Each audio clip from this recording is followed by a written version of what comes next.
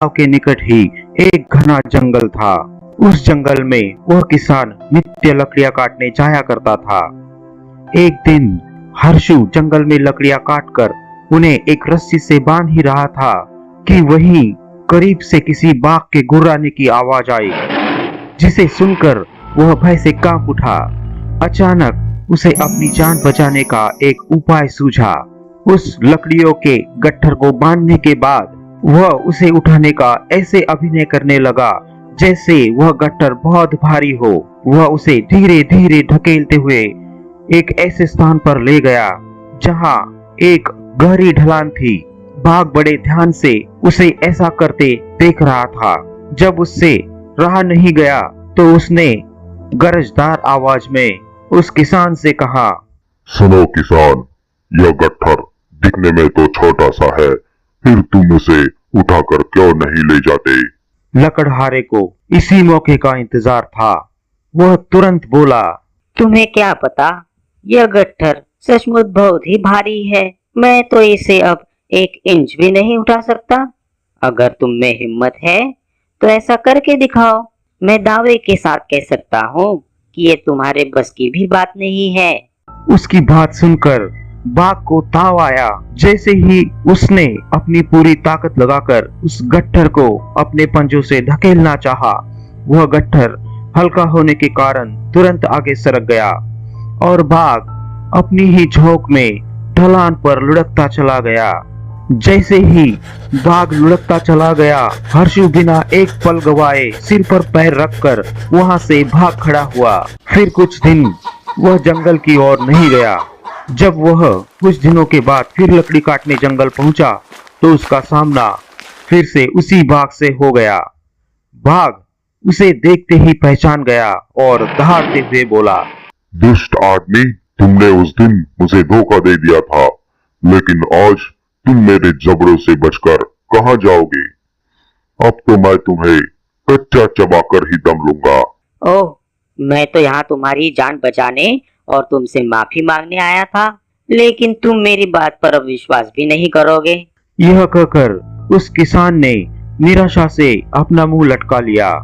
यह देखकर बाघ सोच में पड़ गया। फिर वह उत्सुकतावश बोला, तुम मेरी जान बचाने आए थे? वो कैसे?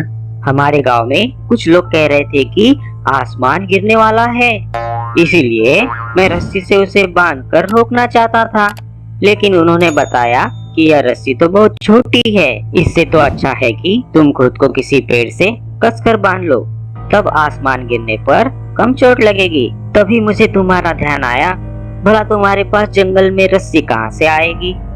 इसीलिए मैं तो तुम्हें यह रस्सी देने आया था।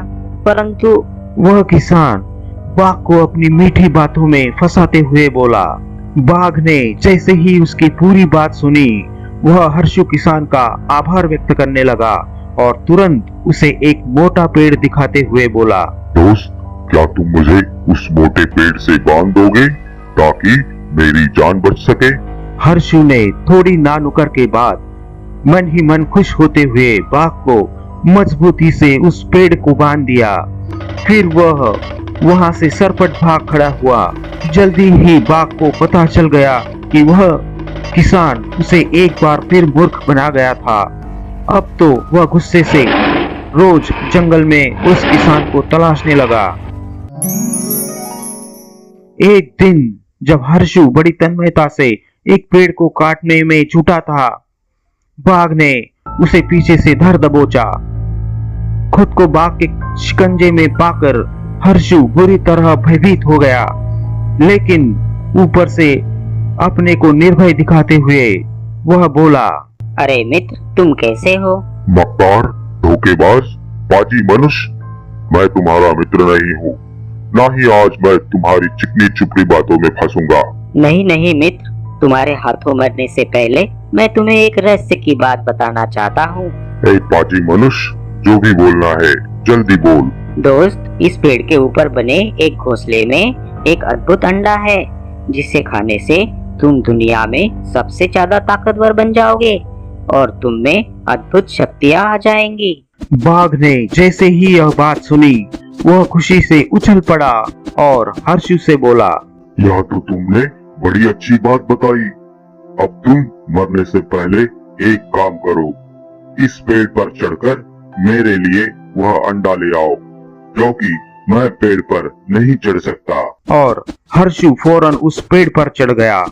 बाघ नीचे खड़ा मुंह ऊपर उठाए उसे देख रहा था। उस पेड़ पर कच्चे आम लगे हुए थे। हर्षु के दिमाग में अपनी जान बचाने का एक और तरीका आया। उसने झटपट 2-3 कच्चे आम तोड़े और उनका रस निकालकर ऊपर देख रहे बाघ की आंखों में टपका दिया। बाघ दर्द के कारण बुरी तरह तिलमिला उठा और उसकी आंखें बुरी तरह जलने लगी। उसे कुछ भी दिखाई नहीं दे रहा था। हर्षु के लिए इतना मौका काफी था। वह फुर्ती से पेड़ से उतरा और फिर उसने अपने गांव की ओर दौड़ लगा दी। इस तरह अपनी सूझबूझ और अक्लमंदी से हर्षु किसान ने उस बाघ से 3 बार अपनी जान बचाई।